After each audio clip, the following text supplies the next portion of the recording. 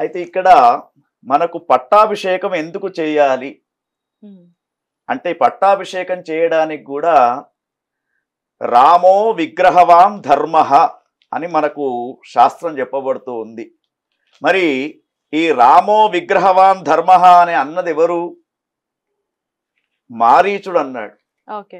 ఆ యజ్ఞాన్నంతా కూడా పాడు చేయడానికి వచ్చినటువంటి మారీచుడు రావణాసుని దగ్గర ఈ యొక్క విషయాన్ని చెప్పాడు.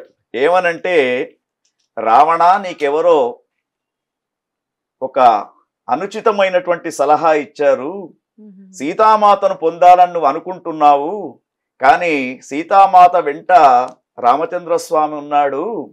అయితే అంటూ రాముని యొక్క విషయాన్ని చెప్తాడు.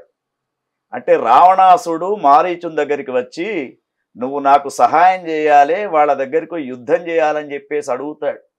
అడిగినప్పుడు అప్పుడు చెప్తాడు, రామో విగ్రహవాన్ ధర్మ సాధుస్వత్య పరాక్రమ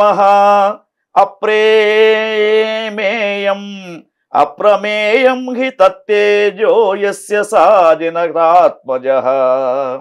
రాముడంటే ఏమనుకున్నావయ్యా? ఎవ్వరికి అపకారం చేసే స్వభావం లేనటువంటి వాడు. హ్మ్. అతని యొక్క శరీరం, అతని యొక్క ఆకారం చూస్తేనే రామో విగ్రహవాన్ ధర్మ, మూర్తీభవించినటువంటి ధర్మస్వరూపుడు రాముడు. కాబట్టి అతనితో యుద్ధం చేయవద్దు.